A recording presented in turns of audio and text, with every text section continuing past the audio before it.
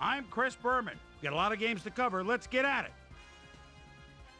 In our first game this week, we had the Browns come away with a 7-point win. We had an interesting free agency pickup of note here. Trey's got the lowdown for us. Trey? All right, Chris.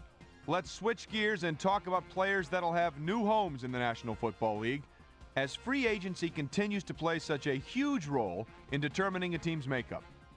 Dominic Rhodes will be playing his football elsewhere, though perhaps not for as much as he would have liked. 4 years, $3.1 million. Mendez is on the move as well as he signs a 3-year contract with the Broncos. Chris, Billy Joe McAllister stepped it up this week and gave his team some added firepower for the win. We had a big injury in this one, and Trey has the lowdown for us. Trey? All right, Boomer, thanks. In front of you, we've got the AFC Infirmary Report. And as you can see, they were hit hard this week. Plaxico Burress sticks out on this list as one of the more costly injuries. X-rays confirming the original diagnosis, it's a broken ankle, and that'll keep him out for 7 weeks. In front of you, we've got the NFC list. And as you can see, they could form their own mash unit. Brad Hoover is probably the one that most leaps out at you. It's reported that he's broken his hip, and if that's the case, he'll be out for the rest of the year at least, perhaps for the rest of his career. Now we'll move on to our top story of the day. Takeo Spikes is going to find himself in street clothes for the time being, and that'll be a major blow to this club.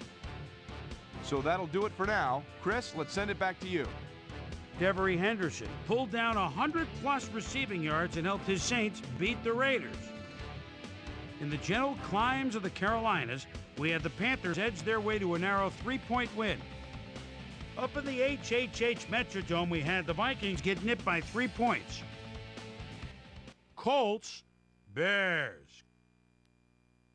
Peyton Manning looking over the defense from the 22-yard line, and a pump fake. Everybody stops. Oh, that buys the time for the TD. The Colts win this one by the final score of 28-25.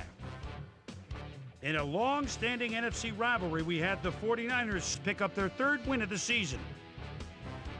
The Patriots defense held their opponents to under 100 rushing yards in their win at Gillette Stadium. The Chiefs won at home, but will take to the road next week to meet the Raiders.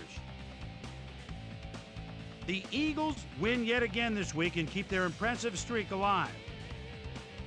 Derek Mason had amazingly over 200 yards receiving and helped his Titans beat the Texans.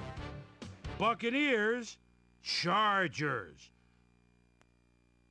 Michael Pittman is backed up in his own territory, tries to bounce outside. He'll have the first down, shakes another tackle, goes down the sidelines. Wait a minute. Yes, the ref said his feet were in. He could go all the way, 73 yards.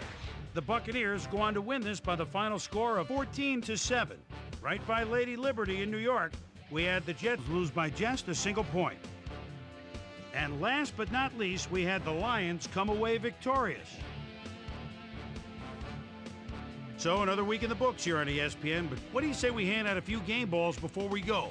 Here's my primetime players. That'll do it, sports fans. I'm Chris Berman, and thanks so much for joining us here in the Bristol studios. We'll see you next week right here on ESPN, the worldwide leader in sports.